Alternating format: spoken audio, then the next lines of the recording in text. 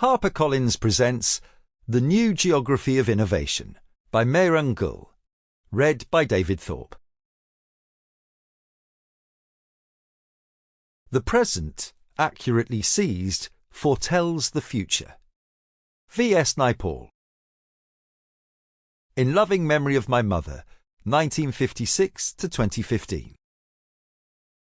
Introduction. Capitalism with an emoji face.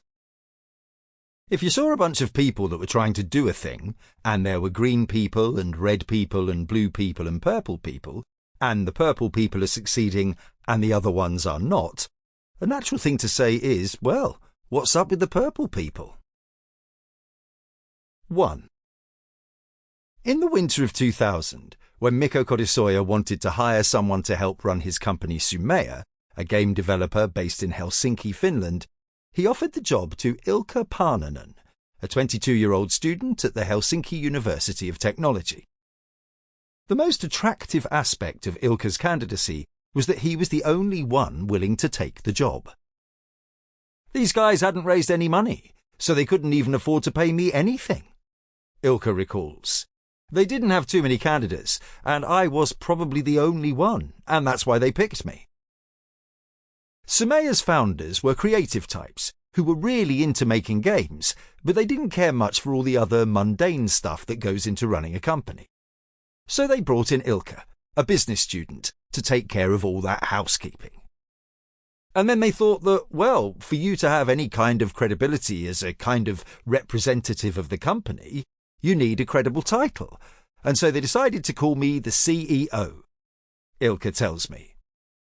I'd never had a real job, besides traineeships and some summer jobs, and of course I had absolutely no idea what I was doing. Sumea would go on to be a moderately successful company. In 2004, it was bought by Trip Hawkins, an industry legend who practically kicked off the home gaming industry when he founded Electronic Arts in the 1980s. After the acquisition, Mikko and Ilkka paired up again to launch another gaming company where things could be exactly how they wanted them to be. The best people who would form the best teams, which would then eventually create the best games. They called the company Supercell.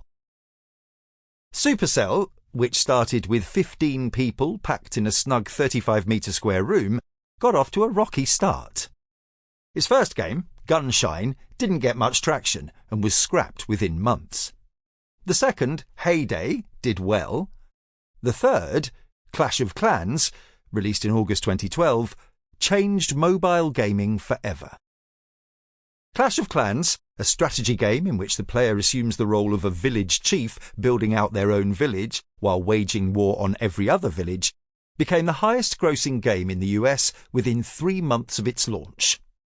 Within a year, it was the most profitable game in the world.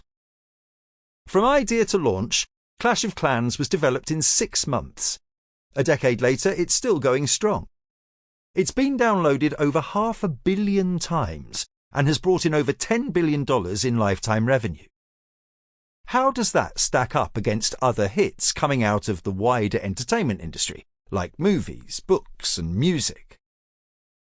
The Clash of Clans franchise has made more money than the top 3 highest-grossing movies ever, Avatar, Avengers Endgame, and Avatar Way of the Water, combined.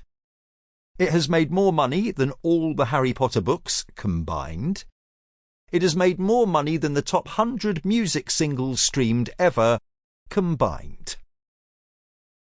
In 2016, Supercell was acquired by the Chinese tech giant Tencent in a deal that valued the company at over $10 billion, making it the first European tech company of the internet era to cross an 11-digit valuation. Supercell employs less than 400 people, making it the most valuable company per employee in the world. The Finnish company's runaway success has turned Ilkka, the student who became CEO because no one else wanted the job, into a billionaire. Supercell was started in part with a €400,000 loan from the Finnish government, without which, Ilkka says, the company wouldn't exist. That investment has paid off massively. Sample complete. Ready to continue?